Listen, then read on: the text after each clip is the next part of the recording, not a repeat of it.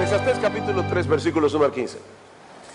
Todo tiene su tiempo y todo lo que se quiere debajo del cielo tiene su hora, tiempo de nacer y tiempo de morir, tiempo de plantar y tiempo de arrancar lo plantado, tiempo de matar y tiempo de curar, tiempo de destruir y tiempo de edificar, tiempo de llorar y tiempo de reír, tiempo de endechar y tiempo de bailar, tiempo de esparcir piedras y tiempo de juntar piedras, tiempo de abrazar y tiempo de abstenerse de abrazar. Hay tiempo de buscar y tiempo de perder, hay tiempo de guardar y tiempo de desechar, tiempo de romper y tiempo de coser, tiempo de callar y tiempo de hablar, tiempo de amar y tiempo de aborrecer, tiempo de guerra y tiempo de paz. ¿Qué provecho tiene el que trabaja de todo aquello en que se afana? Yo he visto el trabajo que Dios ha dado a los hijos de los hombres para que se ocupen en él. Todo lo hizo hermoso en su tiempo y ha puesto eternidad en el corazón de ellos, sin que alcance el hombre a entender la obra que ha hecho Dios desde el principio hasta el fin. Yo he conocido que no hay para ellos cosa mejor que alegrarse y hacer bien en su vida, y también que es don de Dios que todo hombre coma y beba y goce el bien de toda su labor. He entendido que todo lo que Dios hace será perpetuo, sobre aquello no se añadirá ni de ello se disminuirá, y lo hace Dios para que delante de él teman los hombres.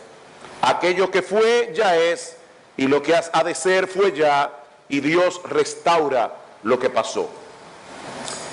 En el año 1988, el poeta inglés William Ernest Henley publicó un poema sin título que luego sería conocido como Invicto, y que no es otra cosa que un himno, una oda de exaltación al espíritu de lucha, al espíritu de resistencia del ser humano.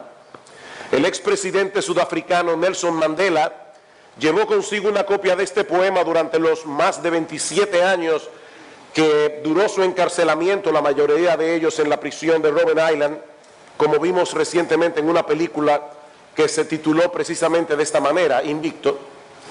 El poema dice en su última estrofa: no importa cuán estrecha sea la puerta ni cuán cargada de castigos la sentencia, soy el amo de mi destino, soy el capitán de mi alma.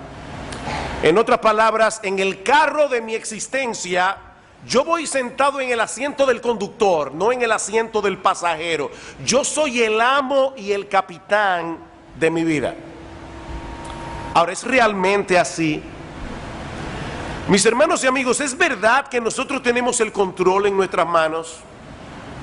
Bueno, Salomón responde esta pregunta en el capítulo 3 del libro de Eclesiastés, que vamos a estudiar en esta mañana. Esta es una de las porciones más conocidas del libro y, por cierto, es una de las porciones más mal interpretadas.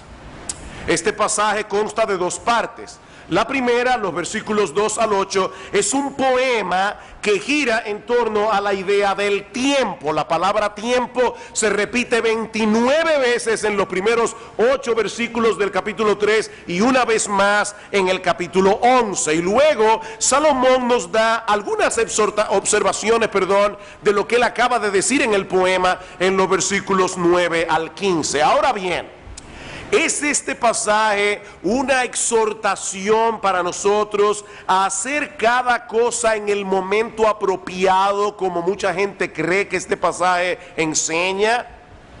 Cada cosa debe ser hecha en su tiempo, en el momento oportuno. Me decía alguien que en el colegio cristiano Logos, este es un versículo que se usa mucho para decir a los niños: niños, hay tiempo para hablar y hay tiempo para callar.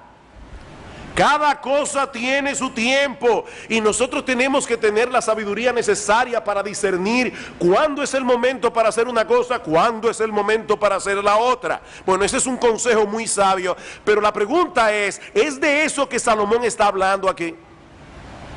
Bueno, si observamos el pasaje con detenimiento, veremos que todas las acciones descritas en el poema, nacer, morir, plantar, cosechar, todas ellas describen acciones humanas, acciones del hombre. Sin embargo, también vemos en el pasaje que a final de cuentas no es el hombre sino Dios el que tiene en sus manos el control. Por ejemplo, en el versículo 10 dice que es Dios quien asigna a cada cual el trabajo en el que debe ocuparse a lo largo de su vida. En el versículo 11 dice que Dios lo hizo todo hermoso en su tiempo y que por más que el hombre se afane, no podrá entender del todo qué es lo que él ha venido haciendo desde el principio. En el versículo 13 dice que el hecho de que un hombre pueda disfrutar del fruto de su labor, eso es un regalo de Dios, no simplemente el resultado de su propia diligencia o de su propia capacidad. En el versículo 14 dice que todo lo que Dios hace es perpetuo y que Él obra de cierta manera para hacer que los hombres teman delante de Él. Y finalmente en el versículo 15 dice que Dios restaura lo que pasó, o como dice la versión de las Américas, Dios busca lo que ha pasado. De manera, mis hermanos, que este pasaje no es un llamado para que el hombre trate de entender, trate de discernir cuándo es el momento apropiado para hacer las cosas, sino más bien una poderosa declaración de la soberanía de Dios sobre todas las circunstancias de la vida del hombre. No, nosotros no somos el amo de nuestro destino. No, nosotros no somos a final de cuentas el capitán de nuestras almas. Hay un refrán que muchos conocemos: el hombre dispone pero Dios, el hombre propone pero Dios dispone. Uno más del campo dice: una cosa piensa el burro y otro el que lo apareja. No, Dios está en control. Y nosotros podemos resumir la enseñanza de este pasaje en dos encabezados que serán los puntos de mi mensaje en esta mañana. En primer lugar, Salomón nos enseña aquí que la soberanía de Dios lo abarca todo. La soberanía de Dios lo abarca todo, desde lo más grande hasta lo más pequeño, desde lo más trivial hasta lo más trascendental. Versículo 1, todo tiene su tiempo y todo lo que se quiere debajo del cielo tiene su hora. Nuestro Dios no solo creó todos los seres y cosas, sino que también gobierna su creación, de tal manera que todas las cosas ocurren en el momento preciso predeterminado por Él. Pablo dice en Efesios capítulo 1, versículo 11, que nuestro Dios hace todas las cosas, no algunas cosas, no el 50% de las cosas. Dios hace todas las cosas según el designio de su voluntad. Todas las circunstancias de nuestras vidas se encuentran bajo el control providencial de Dios. Es por eso que alguien definió el tiempo, y esta definición me encantó. Dice: el tiempo es un fragmento de la eternidad dado por Dios al hombre como una solemne mayordomía. ¿Qué es el tiempo? Es un fragmento de la eternidad que Dios le da al hombre para que el hombre lo administre. Se nos ha confiado, mis amados hermanos, un fragmento de la eternidad para que la administremos para la gloria de Dios.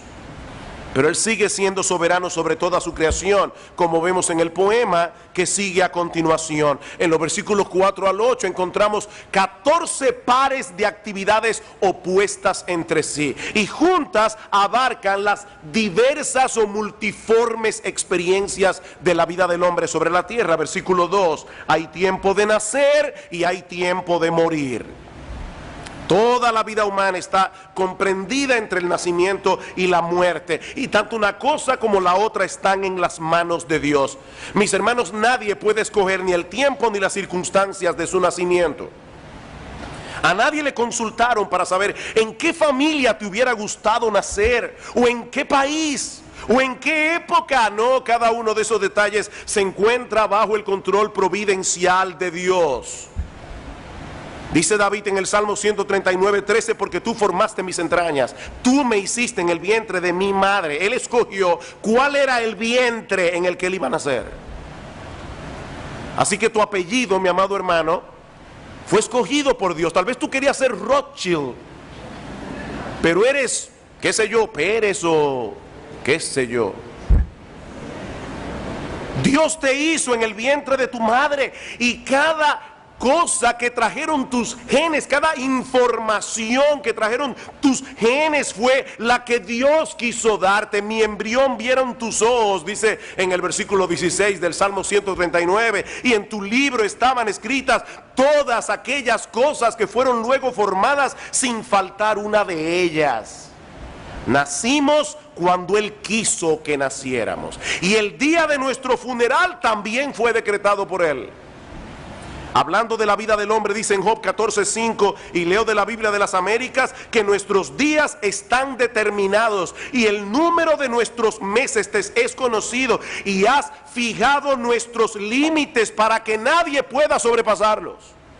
Dios le puso un límite a nuestra vida. Nacimos cuando Él quiso que naciéramos, y el día de nuestra muerte también está bajo su control providencial.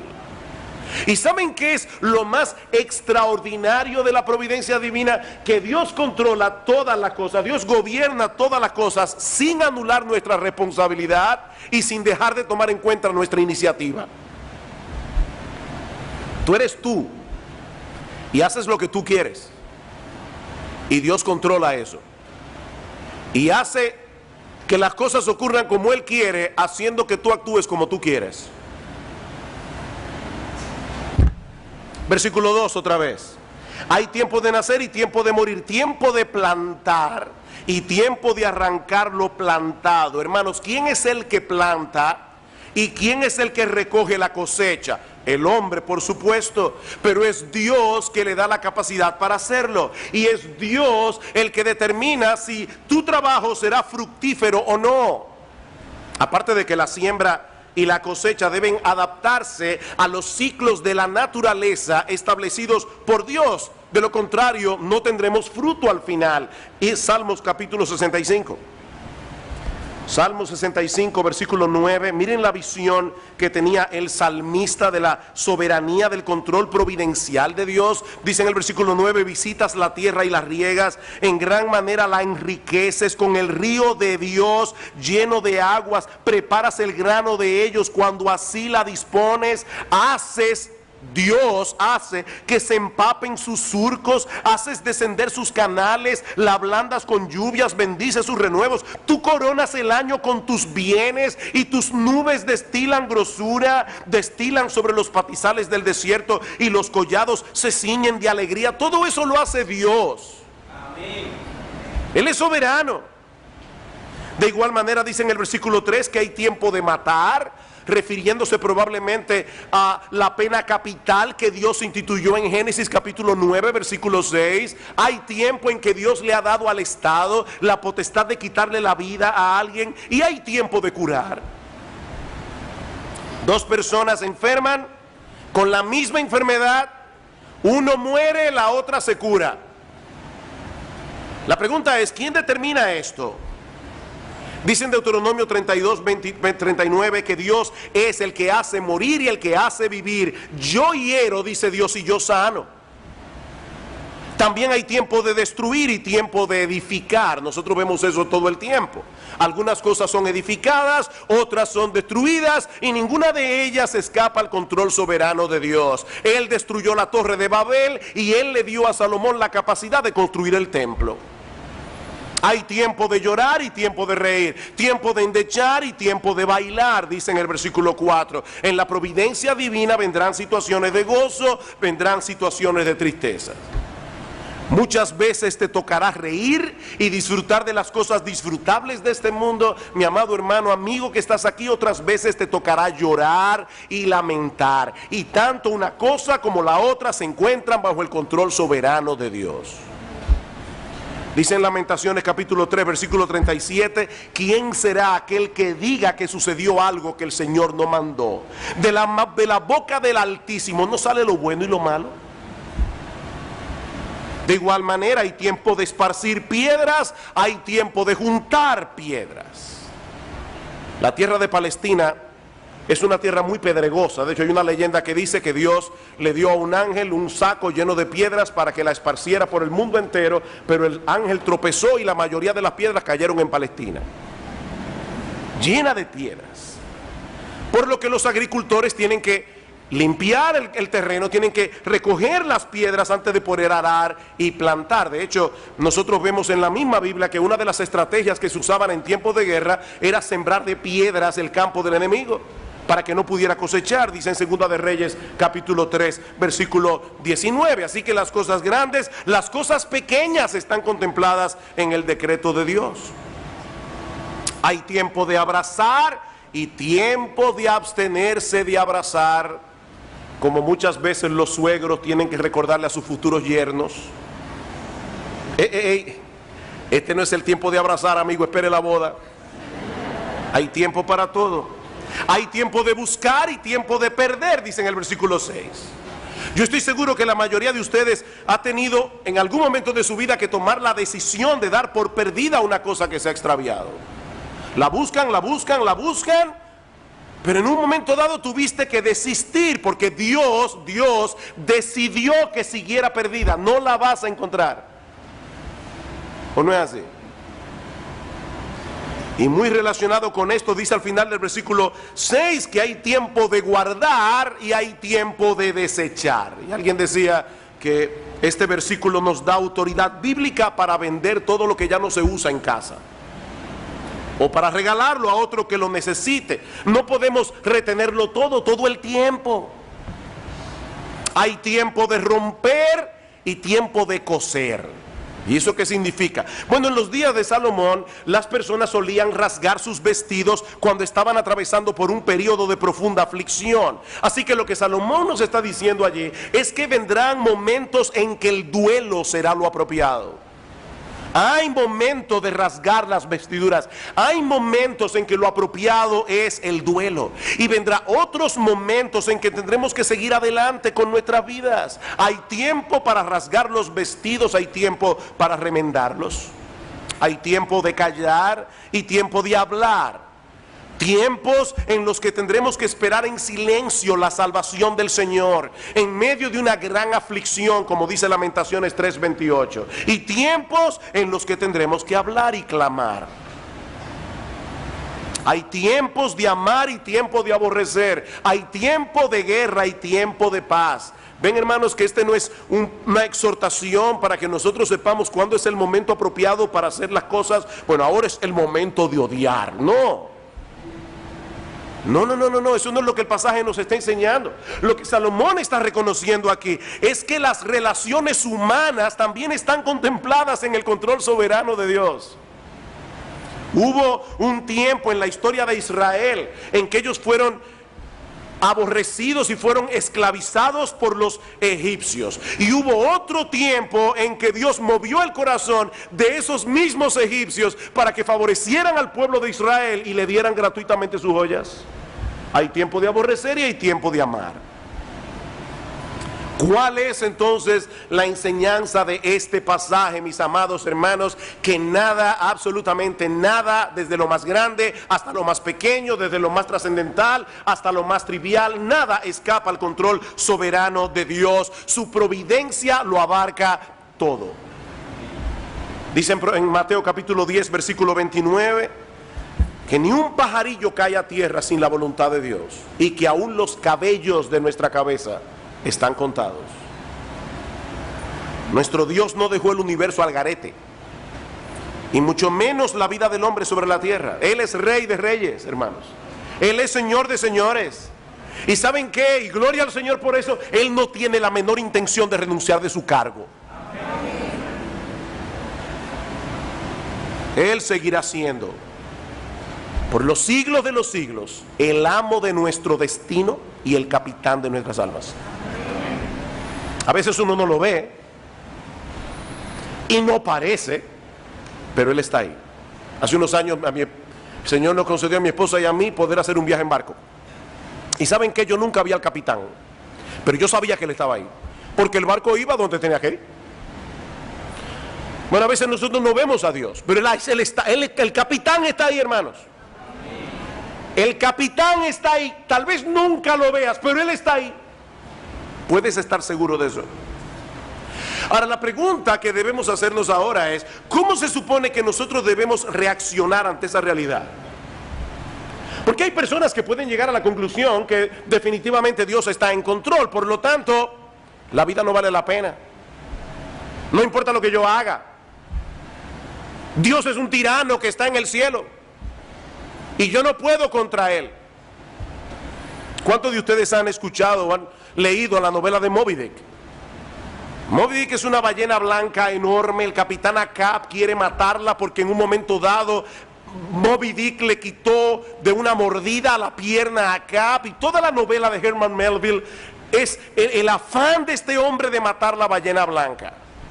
Lo que mucha gente no sabe es que Moby Dick no es en realidad una simple novela de aventuras. Moby Dick es un tratado filosófico. Herman Melville llegó a la conclusión de que Dios es soberano y no soportaba la soberanía de Dios, y quiso escribir un ensayo acerca de esto. ¿Cómo yo me hago viviendo en un mundo en el que Dios es soberano y en el que yo no quiero someterme a ese Dios? Moby Dick no es otra cosa que una imagen del Dios soberano.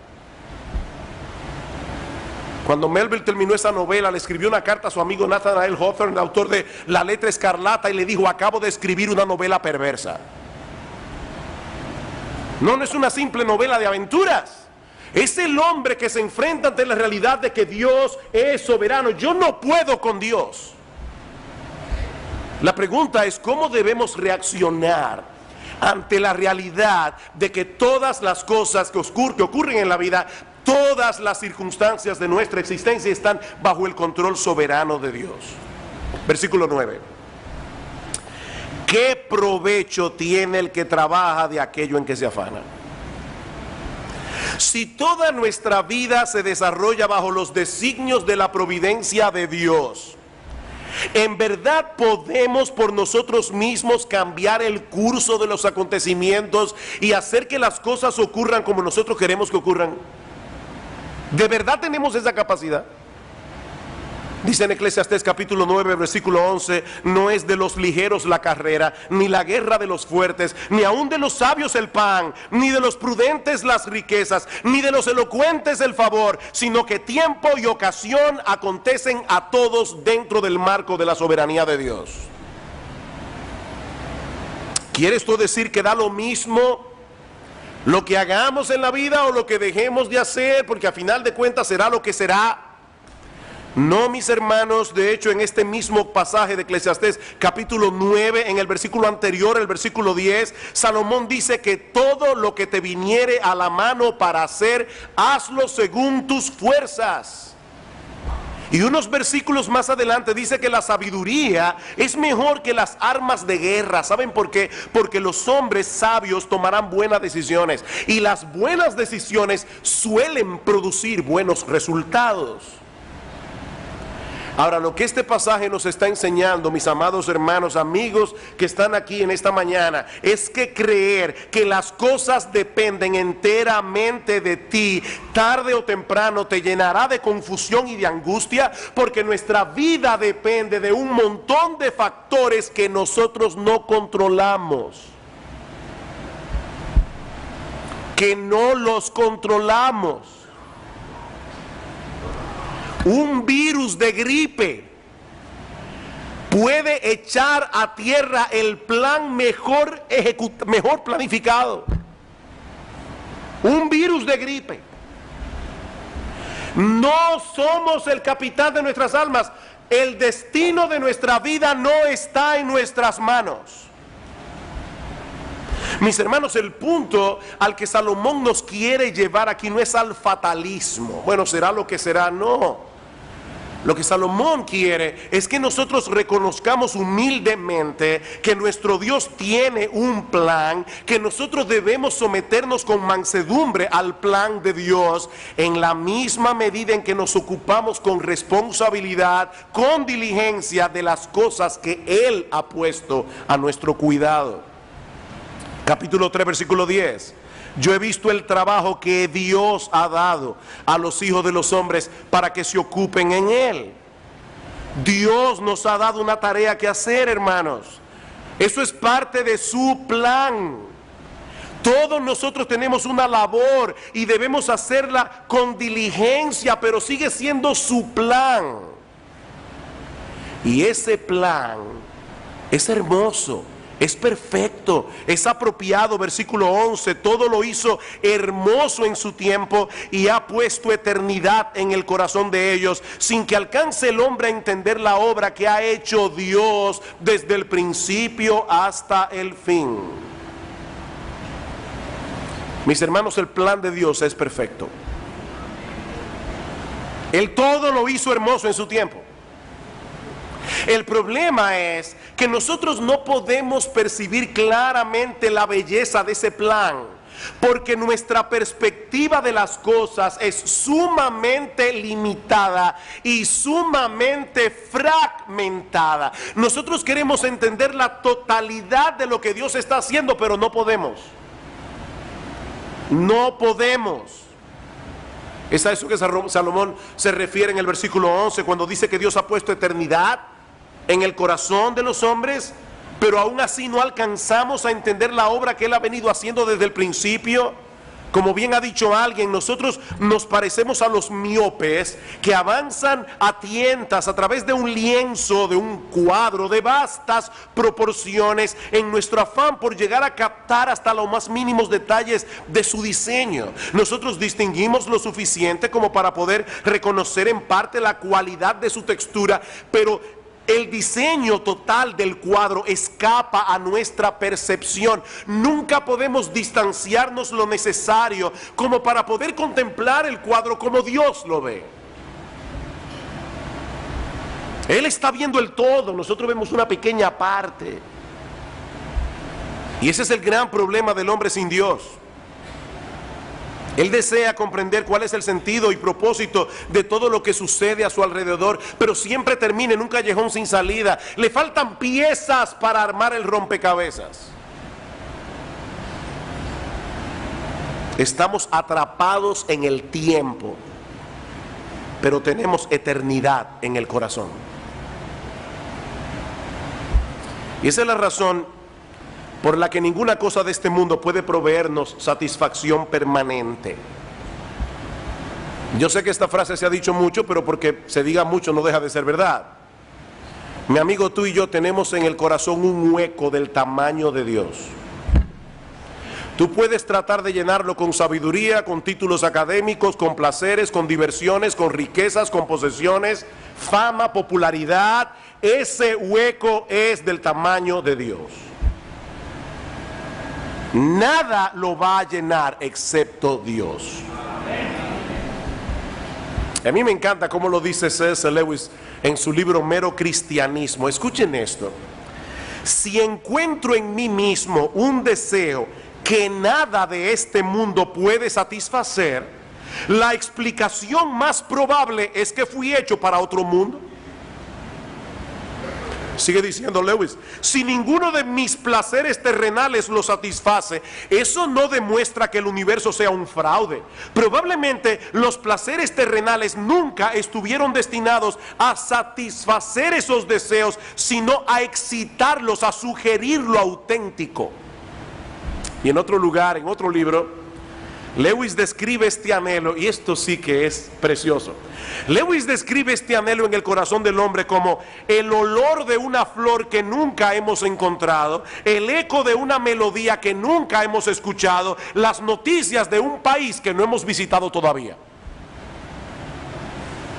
Mi amigo, Dios ha puesto eternidad en tu corazón.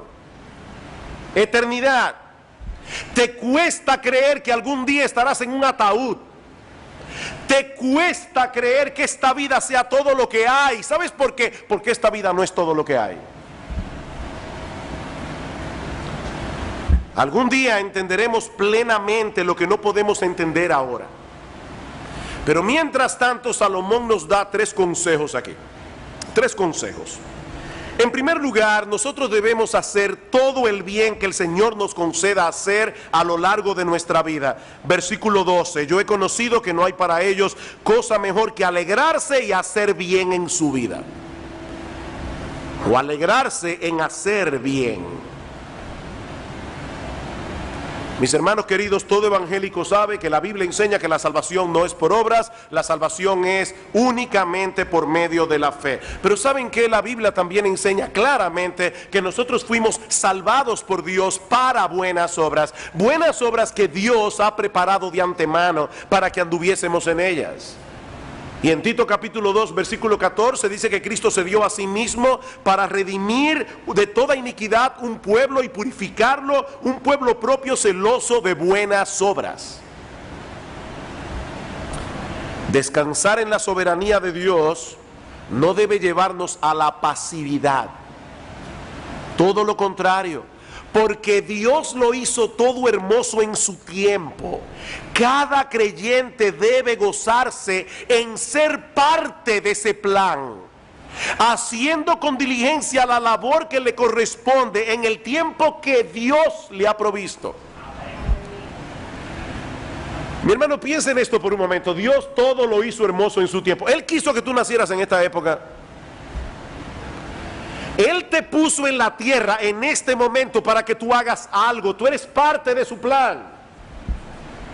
Eso no debe llevarte a cruzarte de brazos. Eso debe llevarte a querer hacer lo que Dios quiere que tú hagas. Dice en Daniel capítulo 11 versículo 32 que el pueblo que conoce a su Dios se esforzará y actuará. No es un pueblo pasivo. Se esforzará y actuará. Por otra parte, dice Salomón, debemos gozarnos en disfrutar las cosas disfrutables de esta vida mientras podamos disfrutarlas. Versículo 13, y también que es don de Dios que todo hombre coma y beba y goce el bien de toda su labor. Eso ya lo vimos en el mensaje anterior. La capacidad de disfrutar las cosas legítimas que este mundo ofrece es un regalo de Dios. Es un regalo de Dios. A veces voy en el carro y voy oyendo una buena música. Mucha gente sabe que yo soy un fanático de Johann Sebastian Bach. Hermanos, muchas veces me he visto a mí mismo llorando, escuchando a Bach, simplemente alabando a Dios y dándole gloria a Dios por haberle dado a ese hombre la capacidad de componer música tan hermosa y haberme dado la capacidad de poder oírla. Es un don de Dios, es un regalo de Dios. En vez de hacer un ídolo de esas cosas, que es lo que mucha gente hace, debemos alabar a Dios, debemos darle gracias a Dios por permitirnos disfrutarlas dentro de los parámetros establecidos por Él. ¿Recuerdan la historia de las dos muchachas que recibían cartas de los novios? Hay dos muchachas, la internet todavía no existe, no hay correo electrónico. Sus novios están en el extranjero, cada 15 días llega el cartero con una carta del novio. ¿Recuerdan? Una de ellas siempre está ansiosa de que llegue el día 15 para recibir carta del novio. La otra también está ansiosa porque se enamoró del cartero. Ese es el problema de muchas personas, están enamoradas del cartero. Hermanos, las cosas que Dios nos permite disfrutar en este mundo son cartas de amor enviadas por Dios para que nosotros las recibamos con las manos llenas y demos gracias a Dios y alabemos a Dios por esas cosas. No para que hagamos un ídolo de ellas, no para que nos enamoremos del cartero. Y finalmente Salomón nos aconseja en este pasaje que dejemos a Dios ser Dios. Deja a Dios ser Dios. ¿Cómo? Dice alguien, aceptando reverentemente su soberanía sobre el tiempo y la eternidad. Versículo 14, he entendido que todo lo que Dios hace será perpetuo. Sobre aquello no se añadirá ni de ello se disminuirá. Y lo hace Dios para que delante de Él teman los hombres. Aquello que fue ya es, y lo que ha de ser fue ya, y Dios restaura lo que pasó. Este texto es clave para entender esta porción del libro de Eclesiastés y todo el libro. Lo que Salomón está diciendo aquí es que todo lo que Dios hace será perpetuo, en el sentido de que nadie puede alterar lo que Él ha decretado. Nadie puede alterar los decretos de Dios. Nada ni nadie puede frustrar sus planes. Dice Nabucodonosor en Daniel capítulo 4 versículo 35, todos los habitantes de la tierra son considerados como nada, y él hace según su voluntad en el ejército del cielo y en los habitantes de la tierra, y no hay quien detenga su mano y le diga ¿qué haces? No hay ese que detenga la mano de Dios. Y Dios ha decretado que mientras dure la existencia del hombre sobre la tierra, tendrá que pasar por las mismas experiencias que el resto de los mortales ha tenido que pasar a través de la historia. Esa es la enseñanza del versículo 15. Permítanme leerles ese texto desde la Nueva Versión Internacional. Dice: lo que ahora existe ya existía, y lo que ha de existir existe ya. Dios hace que la historia se repita. Así lo traduce la Nueva Versión Internacional. Dios hace que la historia se repita. Por eso decíamos en un mensaje anterior esa cita de Malcolm Muggeridge que decía: las nuevas noticias no son más que las viejas noticias pasándole a nuevas personas. ¿O no es así? Debemos entonces cruzarnos de brazos y sentarnos a esperar que las cosas sucedan. Por supuesto que no.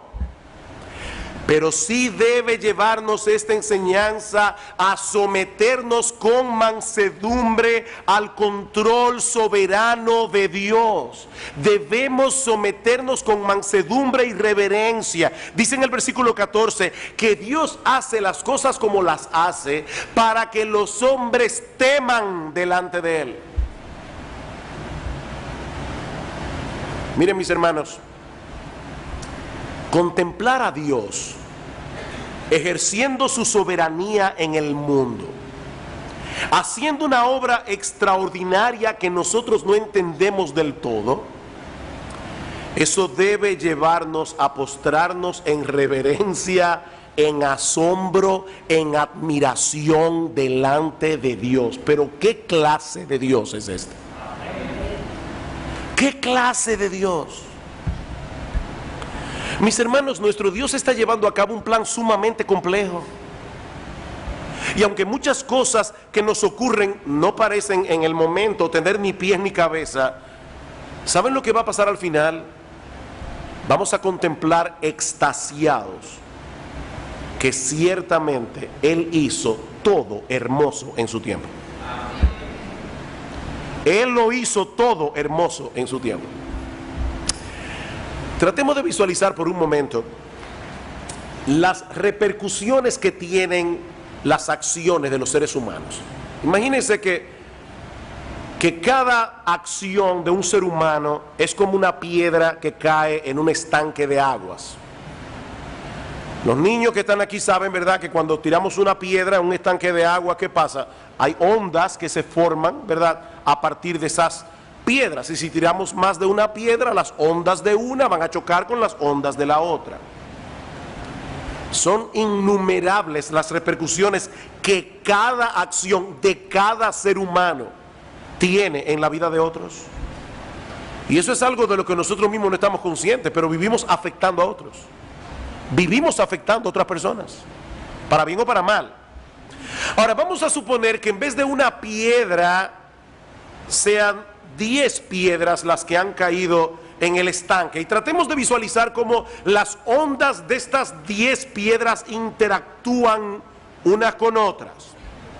Pero ¿qué tal si en vez de 10 fueran 100 piedras, o 1000 piedras, o 1.000.000 de piedras, o 6 billones de piedras en un estanque? Eso nos da una idea aproximada de la enorme complejidad de la providencia divina que gobierna cada una de esas ondas, todo para su gloria y para el bien de su pueblo. ¿Te lo puedes imaginar? Y todo eso, repito, sin eliminar en absoluto la responsabilidad humana. Eso es lo más complejo de esto. El hombre no es un robot, es un ser creado a la imagen de Dios con intelecto, con voluntad, con autodeterminación, con emociones. Cuando el hombre toma una decisión, es su decisión, es lo que él deseaba hacer. Él es responsable de lo que hace. Sin embargo, Dios sigue siendo soberano y su plan será llevado a cumplimiento. Hermanos, cuando los hermanos de José vendieron a José, lo hicieron porque lo odiaban, lo hicieron por envidia. Ellos hicieron lo que quisieron. ¿Saben lo que hizo Dios? Dios dejó que los hermanos de José obraran conforme a la impiedad de su corazón. Dios dejó que la envidia de ellos siguiera su curso, porque la envidia de los hermanos de José iba a llevar a cabo el plan de Dios. Y finalmente José tiene que decir a sus hermanos: no me enviasteis vosotros aquí, Dios me envió acá para preservación de vida. ¿Qué clase de Dios es nuestro Dios, hermanos? Como dice Pablo en Romanos capítulo 11, versículo 34, ¿quién entendió la mente del Señor? Y por supuesto la respuesta es nadie. ¿Quién entendió la mente del Señor? No, nadie entendió ni entenderá jamás la mente del Señor. No completamente. Sus juicios son insondables, sus caminos son inescrutables, dice Pablo. O como dice el profeta Isaías, su entendimiento no hay quien lo alcance. Isaías 40, 28. Su entendimiento no hay quien lo alcance. Hace un momento decíamos que el hombre es como un miope contemplando un pequeño pedazo de un enorme tapiz. Déjeme complicárselo un poquito más. No, nosotros no somos como un miope tratando de entender un cuadro enorme, un tapiz enorme. No, es peor que eso. Estamos viendo el tapiz por la parte de atrás, de este lado del cielo. Para nosotros es como una maraña de hilos. ¿Han visto un tapiz de esos tejidos? Uno lo contempla por atrás y lo que uno ve es una maraña de hilos que no sabemos ni de dónde viene ni para dónde va. Pero ¿saben qué, mis hermanos? ¿Saben que algún día nosotros veremos el tapiz por delante? Y nosotros percibiremos, como ahora no podemos percibirlo en este cuerpo mortal, la complejidad, la hermosura de su diseño. Y nosotros alabaremos a Dios y le daremos gloria por cada hilo, le daremos gloria por cada color, por cada textura.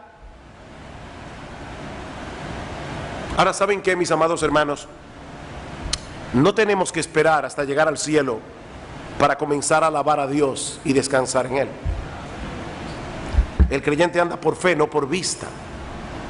Y por medio de su palabra, ya nosotros conocemos lo suficiente de Dios como para decir junto con el salmista en el Salmo 46, Dios es nuestro amparo, nuestra fortaleza, nuestro pronto auxilio en las tribulaciones. Por tanto, no temeremos aunque la tierra sea removida, se traspasen los montes al corazón del mar, aunque bramen y se turben sus aguas a causa de su braveza. No temeremos. Dios está en control. No, nunca podremos entender plenamente los pensamientos y caminos de Dios, pero sí podemos confiar en Él aunque la vida duela. Porque nuestro Dios es infinitamente sabio, nuestro Dios es infinitamente digno de confianza. ¿Quieres ver un ejemplo extraordinario de cómo Dios ejerce su control providencial sobre las circunstancias de esta vida para llevar a cabo sus decretos soberanos? Estudia la vida del Señor Jesucristo. Estudia la vida de Cristo. Pablo dice en Gálatas capítulo 4 versículo 4, cuando vino el cumplimiento del tiempo, Dios envió a su Hijo, nacido de mujer y nacido bajo la ley. El Señor Jesucristo nació en el momento preciso en que debía nacer, cuando ya todo estaba preparado para ese evento. Y luego esperó pacientemente 30 años, el momento preciso para darse a conocer al pueblo de Israel. ¿Y cuáles fueron las primeras palabras que Cristo predicó en su ministerio público? Marcos 1:15, el tiempo se ha cumplido y el reino de Dios se ha acercado, arrepentíos y creed en el evangelio, el tiempo se ha cumplido. Cristo tenía un horario establecido por Dios. Es por eso que cuando los judíos quisieron echarle mano antes del momento trazado por Dios en su calendario. Dice en Juan capítulo 7 versículo 30 que no pudieron hacerlo porque aún no había llegado su hora. No había llegado su hora. Cristo iba a dar su vida en la cruz del Calvario, pero en el tiempo de Dios, no en el tiempo nuestro. Dice en Juan 13:1, perdón, que antes de la fiesta de la Pascua, sabiendo Jesús que su hora había llegado, ahí le lavó los pies a los discípulos y orando al Padre en Juan capítulo 17, versículo 1, dice el Señor: Padre, la hora ha llegado, glorifica a tu Hijo, para que también tu Hijo te glorifique a ti. Es por eso que Pablo dice en Romanos 5:6 que Cristo a su tiempo murió por los impíos. A su tiempo. Conforme a ese calendario divino, resucitó de los muertos al tercer día, ascendió a los cielos, está sentado a la diestra de Dios. ¿Y saben qué, mis amados hermanos? En el momento preciso Jesucristo volverá. Amén. Volverá. Primera Timoteo capítulo 6 versículo 13. Me encanta este pasaje. Primera Timoteo capítulo 6 versículo 13. Timoteo, te mando delante de Dios que da vida a todas las cosas, y de Jesucristo que dio testimonio de la buena profesión delante de Poncio Pilato, que guardes el mandamiento sin mácula ni reprensión hasta la aparición de nuestro Señor Jesucristo, la cual a su tiempo mostrará el bienaventurado y solo soberano Rey de reyes y Señor de señores. Jesucristo volverá, y volverá a su tiempo. Amén. Queridos hermanos, nosotros podemos confiar en el Señor y podemos dejar en sus manos las circunstancias de nuestra vida, porque Él sabe lo que Él está haciendo. Él sabe, y Él sabe cuándo es el momento apropiado para llevar a cabo cada cosa. A veces nos da la impresión de que Dios está tardando demasiado. ¿Qué es lo que pasa? No, mis hermanos, nuestro Dios nunca llega tarde. Nuestro Dios nunca llega tarde. Él lo hace todo hermoso en su tiempo. En su tiempo. Dice el salmista en el Salmo 34:1: bendeciré a Jehová en todo tiempo. ¿Por qué? Porque sabemos que Él está en control. Sabemos que no importa la situación por la que estemos atravesando, Dios sabe lo que Él está haciendo.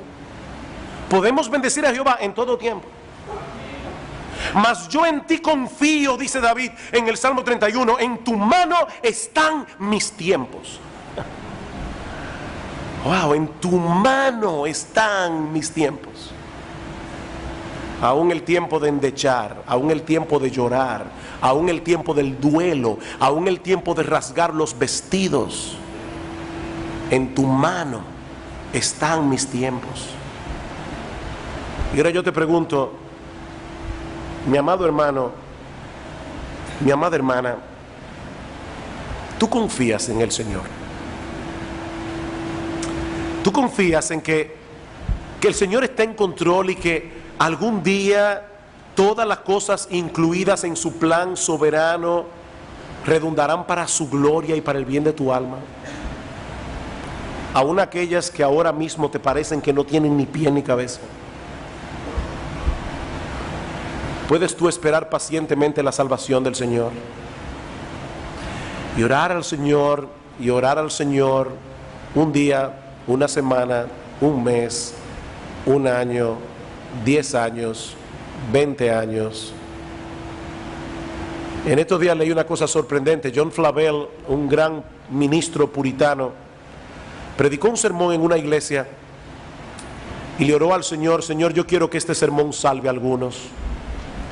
Había un jovencito sentado en la iglesia con 15 años de edad que no prestó para nada atención al llamado del evangelio en ese momento. Vivió una vida perdida, completamente perversa. Llegó a los 100 años de edad. Y cuando ese jovencito tenía 100 años de edad, recordó vívidamente ese sermón que había escuchado a los 15 años, 85 años atrás, y se convirtió al Señor. Esa oración de Flavel fue respondida en su tiempo. En su tiempo. Y si hay alguno aquí que todavía no ha venido a Cristo en arrepentimiento y fe, mi amigo, este pasaje tiene algo que enseñarte a ti también. El Dios que tiene en sus manos el control de las cosas te trajo hoy a esta iglesia. Dios te trajo aquí. Y Dios te trajo para que escuches su palabra, porque Él hoy te está dando la oportunidad. Hoy el Dios que maneja el tiempo te está dando la oportunidad de venir a Cristo en arrepentimiento y fe. Dice en 2 Corintios capítulo 6, en tiempo aceptable te he oído y en día de salvación te he socorrido. He aquí ahora es el tiempo aceptable. He aquí ahora el día de la salvación. Este es el tiempo de Dios. Tú no tienes la menor idea de lo que va a pasar con tu vida mañana. Lo único que sabemos es que ahora estás escuchando su palabra, ahora estás en medio de su pueblo, ahora tienes tiempo de venir a Cristo en arrepentimiento y fe. Mi amigo, no desprecies la oportunidad que Dios está dando. Este es el tiempo aceptable. Este es el día de la salvación. Yo les propongo, hermanos, no pensaba cantar ningún himno al final de este culto, pero yo creo que podemos cantar otra vez Sean a ti, oh Dios. Cuando lo estaba escuchando allí durante el culto, me di cuenta que era perfectamente apropiado para meditar en lo que hemos oído hoy. Todo tiene su tiempo. Dios tiene control del tiempo.